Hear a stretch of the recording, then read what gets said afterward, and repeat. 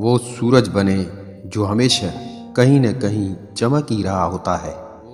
اگر اپنی خوشی چاہتے ہیں تو اپنی تعریف سنیں، لیکن اگر آپ بہترین بننا چاہتے ہیں تو آپ اپنی تنقید سنیں۔ دنیا کی پرواہ کرنا بند کریں۔ جن کے پاس کچھ نہیں ہوتا یہ دنیا ان پر ہنستی ہے، اور جن کے پاس سب کچھ ہوتا ہے یہ دنیا ان سے جلتی ہے۔ غصہ ایک ایسی بری بیماری ہے جو آپ کی بے وقوفی سے شروع ہوتی ہے، لیکن آپ کو شرمندہ کرنے کے بعد یہ ختم ہوتی ہے۔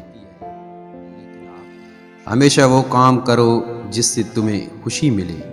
دنیا والوں کو خوش کرنے کی کوشش کرو گے تو نہ ان کو خوش کر پاؤ گے اور نہ ہی خود خوش رہ پاؤ گے۔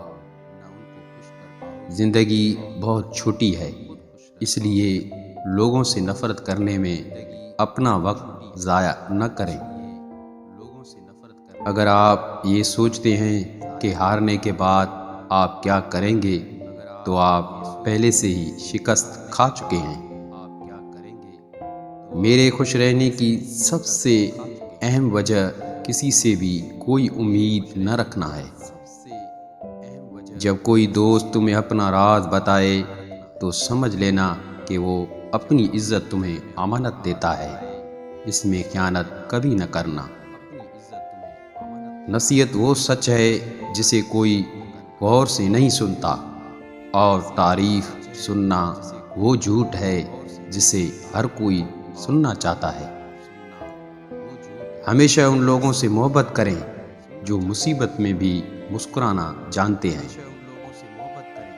کامیابی ہمارا تعارف دنیا سے کراتی ہے، جبکہ ناکامی دنیا کا تعارف ہم سے کراتی ہے۔ اپنے ذہنی سکون کے لیے 3 چیزیں کم رکھیں: الفاظ، توقعات اور لوگ۔ ہر انسان کی زندگی میں دکھ اور پریشانیاں ہوتی ہیں۔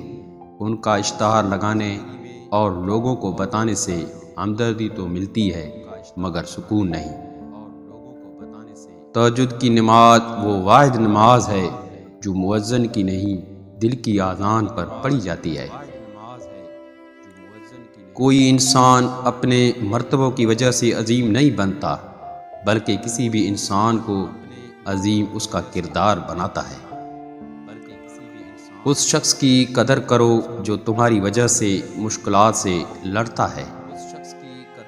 سوچ اچھی ہونی چاہیے، کیونکہ نظر کا علاج ممکن ہے لیکن نظریے کا نہیں۔ جب لوگ تمہارے زندگی کے معیار تک نہ پہنچ پائیں گے تو پھر وہ تمہارے کردار پر انگلی اٹھائیں گے۔ لہجے کی خوبصورتی آپ کے احترام اور قد میں اضافے کا باعث بنتی ہے۔ بدتمیز آدمی ہمیشہ عزت سے محروم رہتا ہے۔